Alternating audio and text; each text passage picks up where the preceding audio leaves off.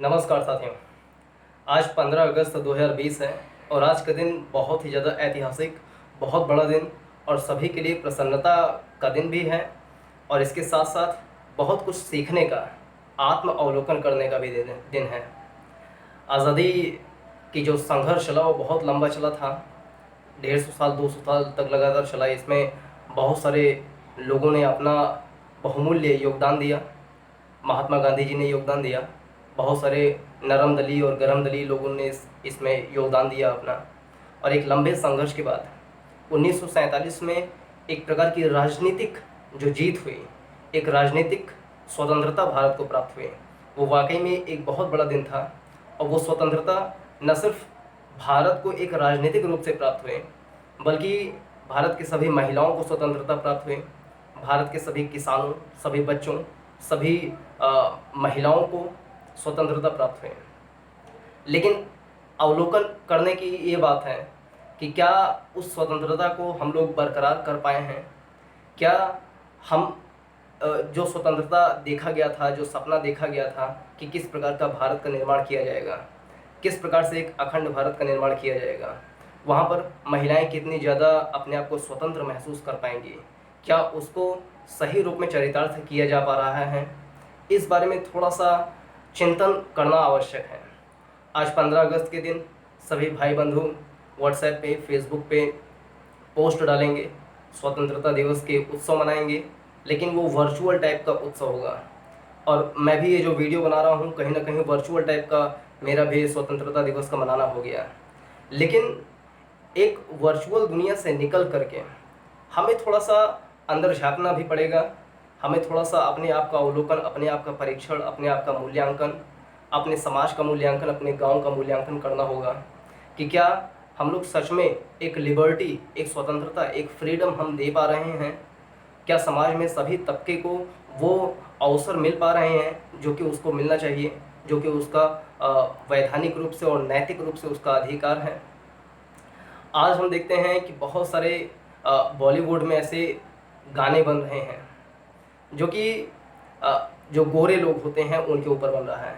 एक गोरे गोरे मुखड़े पे काला काला चश्मा, ऐसे बहुत तरह के गाने हैं, आप सुने होंगे। जो भी गाने बनते हैं वो गोरे, जो गोरा रंग होता है उसके ऊपर बनता है। तो क्या इससे कहीं ना कहीं जो काला व्यक्ति है, जो सांवला व्यक्ति है, उसका उसकी गरिमा का हनन नहीं हो जाता है?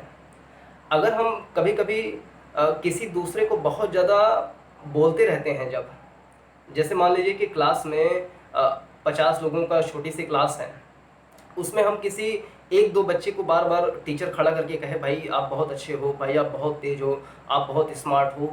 अगर बार बार रोज ऐसे कहा जा रहा है उस बच्चे को, दो तीन बच्चे हैं मान लीजिए क्लास के टॉपर टाइप के, उनको रोज उनका बखान किया जा रहा है, उनको विशेष प्रकार का उनको सम्मान दिया जा रहा है और ये परंपरा चलती आ रही है, तो क्या उससे जो बचे हुए 25-30 लोग हैं या क्लास के अन्य लोग हैं, क्या उनके गरिमा का हनन नहीं हो रहा है?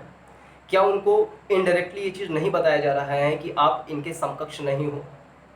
यानी कि हम जाने अनजाने कभी कभी ऐसी बातें, ऐसे कृत्य करते हैं जिससे दूसरे की गरिमा को ठेस पहुंच जाती है।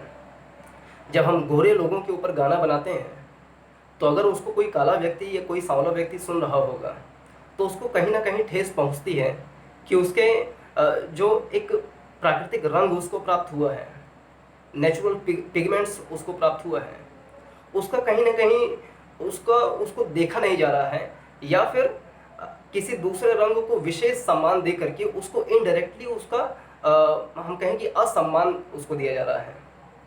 तो ये सभी चीज़ देखने की आवश्यकता है। विवाह भी जब होता है, शादी विवाह करते हैं तो अक्सर रंग भी देखा जाता है। गांव में अक्सर ऐसा होता है कि अगर कोई महिला माता लड़की देखती हैं तो वो विशेष रूप से फ़ोटो में देखती हैं कि भाई लड़की का रंग तो थोड़ा सा गिरा हुआ है। गिरा हुआ शब्द यूज़ किया जाता है कि लड़की का रंग गिरा हुआ है, अर्थात अगर कोई लड़की सांवली है, अगर कोई लड़की काली है तो उसका रंग गिरा हुआ है, उसको निम्न श्रेणी का मान लिया जाता है। तो क्या हम उस लड़की को लिबर्टी दे पा रहे हैं?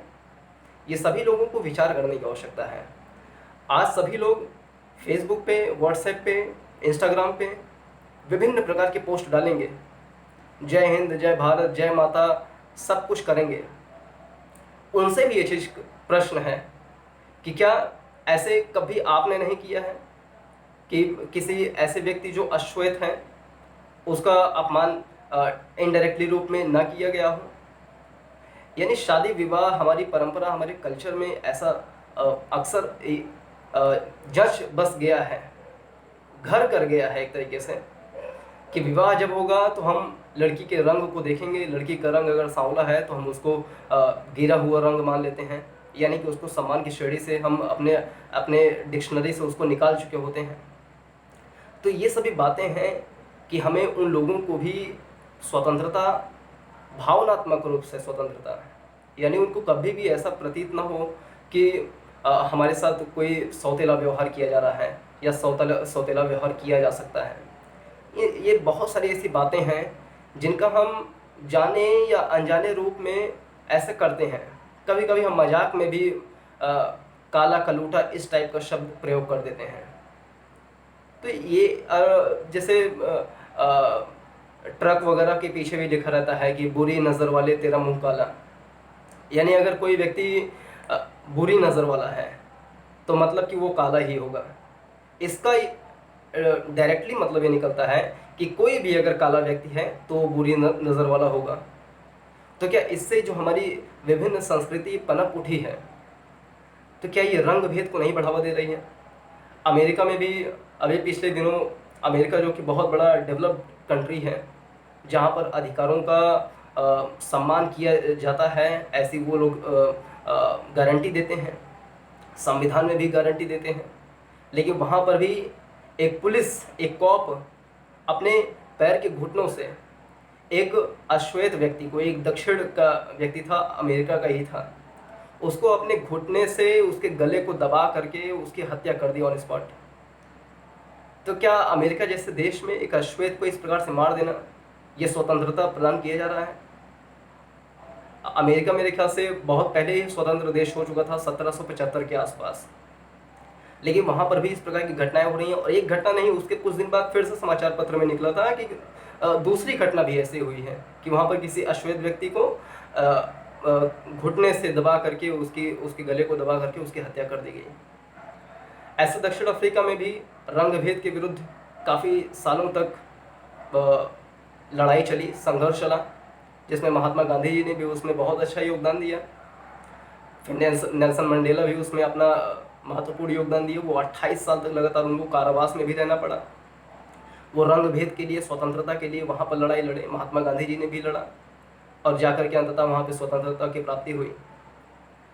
तो ये रंग भेद जो है, इसको हमें गहराई से सोचना पड़ेगा, समझना पड़ेगा कि हम प्रत्यक्ष या अप्रत्यक्ष रूप से किसी भी ऐसी लड़की या लड़के या किसी भी व्यक्ति को उसके रंग के आधार पर, अगर हम कभी गोरे को बार बार तवज्जो देते हैं तब भी किसी काले व्यक्ति को दिक्कत होती है, ऐसा हो सकता है।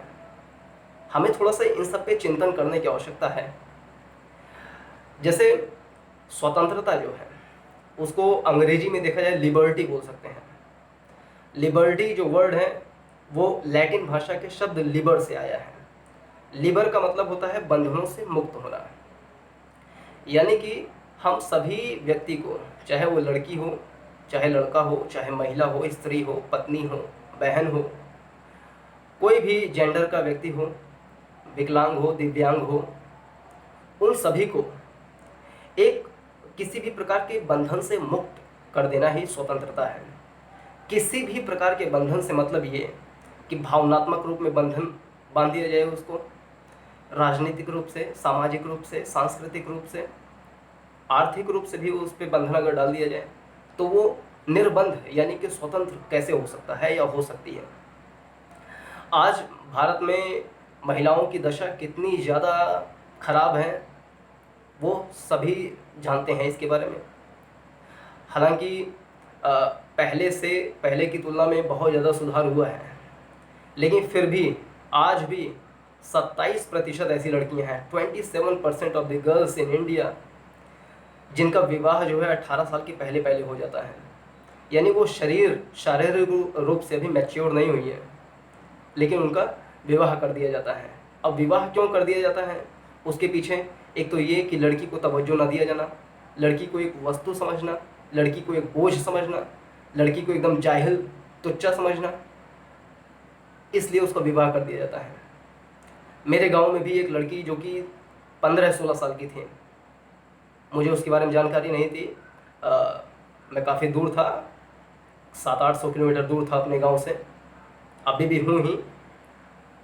उसके बारे में मुझे जानकारी नहीं थी, लेकिन 15-16 साल की लड़की थी, उसका विवाह कर दिया गया और 16-17 साल आते आते उसके बच्चा भी हो गया, और वो 18-19 साल आते आते उसका दूसरा बच्चा हो गया। अब एक लड़की 15-16 साल की उम्र में ब्याह कर दिया गया, 16-17 साल की उम्र में बच्चा हो गया, फिर कुछ समय बाद 18-19 साल बाद दूसरा बच्चा हो गया। उसके शरीर पे क्या बीतेगी। हो सकता है कि उसको उस समय थोड़ा सा, चूँकि उसको उस प्रकार का सामाजिक परिवेश दिया गया कि उसको शिक्षा नहीं दी गई, पढ़ाई नहीं करवाया गया, तो उसके शरीर का शोषण किस प्रकार से हो रहा है उसको खुद नहीं पता। हो सकता है कि उसको अपने परिवार में बहुत ज़्यादा आनंद आ रहा हो, लेकिन वास्तव में वो आनंद जो उसको सच में मिलना चाहिए था, यानी कि जो एक सत्य आनंद है, एक जो ट्रुथ प्लेजर है, वो उसको नहीं मिल पा रहा है। उसको महसूस हो रहा होगा कि उसको प्लेजर, एक खुशहाली वाला माहौल है, लेकिन वास्तव में वो प्लेजर नहीं है। 17 साल की उम्र में जिस लड़की को बच्चा हो, उसके शरीर पे क्या बीतेगी।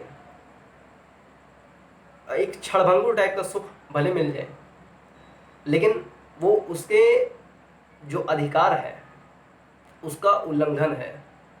उसका विवाह 27% लड़कियों का विवाह 18 साल से पहले कर दिया जा रहा है, तो उसके शरीर के साथ खिलवाड़ है, उसके शरीर को महत्व ना दिया जाना है। यानी कि उसके शरीर की जो स्वतंत्रता होनी चाहिए, लिबर्टी जो होनी चाहिए, उसको अपने शरीर के बारे में, अपने विवाह के बारे में खुद फैसले लिए जाने की जो बात होनी चाहिए, वो एक प्रकार से पीछे रह जाती है। इस सब पे भी विचार करना बहुत ही ज़्यादा आवश्यक है। आज भी भारत में बहुत सारी ऐसी महिलाएं हैं, 30% ऐसी महिलाएं हैं जिनका घरेलू क्षेत्र में हिंसा होता है। उनके साथ कह सकते हैं कि ब्याह के बाद उनके साथ बलात्कार होता है, उनके पति ही अपनी पत्नी का बलात्कार करते हैं। अब ये सुनने में थोड़ा सा अजीब लग रहा होगा कि पति कैसे अपनी पत्नी का बलात्कार करेगा। एक बलात्कार की जो परिभाषा होती है, आईपीसी में, सीआरपीसी में जो भी परिभाषा होगी वो दूसरी है, लेकिन एक आम तौर पे, एक साधारण रूप से बलात्कार की परिभाषा क्या हो सकती है। अगर कोई महिला या कोई लड़की अपना जो यौन सुख है, जो यौन भोग हम कह सकते हैं, उसकी इच्छा के विपरीत अगर कोई व्यक्ति उससे संभोग करने की इच्छा प्रकट कर रहा है और जबरदस्ती संभोग कर रहा है, तो हम उसको बलात्कार की श्रेणी में रख सकते हैं। अब चाहे वो व्यक्ति एक विवाहित व्यक्ति हो, वो स्त्री चाहे एक विवाहित स्त्री क्यों ना हो। अब कानूनी रूप से इसमें क्या प्रावधान है, क्या नहीं है, इसके बारे में मुझे जानकारी नहीं है, लेकिन नैतिक रूप से अगर देखा जाए तो ये बलात्कार की श्रेणी में इसको रखा जाना चाहिए। और किसी भी महिला की जो शारीरिक स्वतंत्रता होनी चाहिए उसका उल्लंघन ये होता है, और कोई भी पुरुष अगर ऐसा काम करता है तो उसको यथोचित उसके साथ जो दंडात्मक कार्रवाई होती है वो होना चाहिए, और महिलाओं के जो शारीरिक अधिकार है उसका संरक्षण किया जाना चाहिए। तभी वास्तव में स्वतंत्रता आ सकती है। स्वतंत्रता मतलब सिर्फ यही नहीं है कि फेसबुक, इंस्टाग्राम पे हम फ़ोटो डाल दें, झंडा फहरा दें। स्वतंत्रता सिर्फ यही नहीं है, ये भी है, क्योंकि जब संघर्ष चल रहे थे तो उस समय झंडा फहराने का, राष्ट्रगान गाने का, अपने देश के बारे में कुछ बोलने का, ये सब अधिकार नहीं था। आज हमें फ्रीडम ऑफ स्पीच, बोलने की स्वतंत्रता मिल रही है। मैं भी और सभी लोग यूट्यूब के माध्यम से कुछ ना कुछ और अन्य प्लेटफॉर्म के माध्यम से अपने विचारों की अभिव्यक्ति सरकार को करते हैं या समाज को करते हैं। पहले ये आज़ादी नहीं थी, तो हमें ये फ्रीडम ऑफ स्पीच मिला है, ये सही बात है। लेकिन क्या फ्रीडम ऑफ स्पीच सभी को मिल पा रहा है? क्या लड़कियां अपने विवाह के बारे में, अपने शिक्षा के बारे में, अपने स्वास्थ्य के बारे में अब फैसला खुद ले पा रही हैं कि नहीं ले पा रही हैं? यानी कि एक जो करीब आधी जनसंख्या भारत में है, क्या उसको वास्तव में स्वतंत्रता मिल पा रही है कि नहीं मिल पा रही है, इसका आत्म अवलोकन सभी जो अभिभावक हैं, जो बड़े तथाकथित बुद्धिमान लोग हैं, उनको भी करने की बहुत ज़्यादा आवश्यकता है। आज भी अगर एक वीडियो इस पे लंबी चौड़ी बनाया था, जो लड़कियों के पीरियड्स आता है, माहवारी आती है, हर महीने वो जो चक्र चलता है, जिसको हम मासिक चक्र बोल सकते हैं, उसमें 80% ऐसी लड़कियां हैं जिनको इस बारे में जानकारी दी ही नहीं जाती है, यानी कि उनको अवेयरनेस फैलाया नहीं जाता है कि आपके शरीर में इस प्रकार के बदलाव आने लगेंगे आपके शरीर में। अब उसके शरीर पे क्या बीतेगी, कैसे बीतेगी जब वो स्थिति आएगी। मैं लड़का हूँ, पुरुष हूँ, मुझे इस बारे में आभास भी नहीं है, बिल्कुल अनुभव नहीं है, लेकिन फिर भी जिस प्रकार से, जैसे एक मूवी भी आई थी श्री अक्षय कुमार जी का, इसके ऊपर पैडमैन करके शायद मूवी थी, उसमें बताया गया था कि किस प्रकार से लड़कियों को उसमें दिक्कत होती है जब माहवारी आता है। हमारे माता पिता, बड़े भाई 80% लड़कियों को इस बारे में बताते ही नहीं हैं कि ऐसी समस्या आपके शरीर में आ सकती है, आप इसके बारे में थोड़ा सा उपचार करिए। क्या उनके अधिकारों का हनन नहीं हो रहा है? हम आज 15 अगस्त के दिन खूब फोटो डालेंगे, खूब मैसेज करेंगे अपने दोस्तों को, स्टेटस लगाएंगे, लेकिन 80% लड़कियों को इस बारे में अवेयरनेस नहीं फैलाया जा रहा है। एक लड़की से मैं कहा कि बहन आप माहवारी के ऊपर, पीरियड्स के ऊपर वीडियो बनाइए। वो लड़की वीडियो बनाने के लिए तैयार नहीं हुई। फिर कुछ दिन बाद कही कि मैं अपना वॉइस, आवाज़ दे सकती हूँ, फ़ोटो नहीं दिखा सकती। मैं कहा ठीक है, आप आवाज़ दे दीजिए, फ़ोटो ना दिखा, अपना जो तस्वीर है फ़ोटो ना दिखाइए, आवाज़ दे दीजिए। फिर कुछ दिन बाद कह रही है कि मैं अपने आवाज़ भी नहीं दे सकती। यानी एक लड़की अपना चेहरा नहीं दिखा सकती, एक लड़की अपना आवाज़ नहीं दे सकती, एक ऐसे मुद्दे पर जो मुद्दा खुद उससे संबंधित हो। तो क्या ये उसके अधिकार का हनन नहीं है? अधिकार का हनन कैसे कि वो खुद अपनी मर्जी से इस बारे में नहीं बोलना चाह रही है, जबकि वो एक शिक्षित लड़की है, एक बड़े शहर में रहने वाली लड़की है, एक तथाकथित मॉडर्न सोसाइटी में रहने वाली व्यक्ति है। उसके बावजूद भी वो अपने समस्याओं के बारे में खुद सोशल मीडिया के माध्यम से एक्सप्रेस करने में हिचक रही है। इसके पीछे कहीं ना कहीं दबाव हो सकता है। दबाव इस बात का कि अगर हम पीरियड्स के बारे में, यानी कोई लड़की अगर पीरियड्स के बारे में बोलेगी तो उसके मम्मी पापा उस वीडियो को देखेंगे तो क्या कहेंगे, तो इस प्रकार की वीडियो बना रही है। उसके फ्रेंड इस वीडियो को देखेंगे तो उसका मजाक उड़ाएंगे, अरे पीरियड्स के बारे में वीडियो बना रही है। तो कहीं ना कहीं उसके अधिकार का हनन इनडायरेक्टली रूप से इस तरीके से होता है कि लोग क्या कहेंगे। एक गाना भी है किशोर कुमार जी का, कुछ तो लोग कहेंगे, लोगों का काम है कहना। अब वो सूत्र शायद उनको ना पता हो, अगर पता भी हो फिर भी वो दबाव इतना ज़्यादा उनके ऊपर हो कि वो अपने आप को एक्सप्रेस ही ना कर पा रही हो। तो कहीं ना कहीं फ्रीडम ऑफ एक्सप्रेस जो है, जो कि आर्टिकल 19(1) का भाग है, उसका उल्लंघन हो जाता है कि वो अपनी समस्याओं के बारे में खुद ही नहीं कह पा रही है। तो ऐसे बहुत सारे मुद्दे हैं जिसके बारे में सोचना चाहिए, विचार करना चाहिए। लड़कियों की शिक्षा के बारे में अगर देखें तो स्थिति बहुत ज़्यादा भयावह है। भारत में ओवरऑल जो शिक्षा का साक्षरता दर देखें तो 74% है, लेकिन सिर्फ महिलाओं का, लड़कियों का शिक्षा का स्तर देखें तो मात्र 64% है, यानी 64% of women who is educated in India.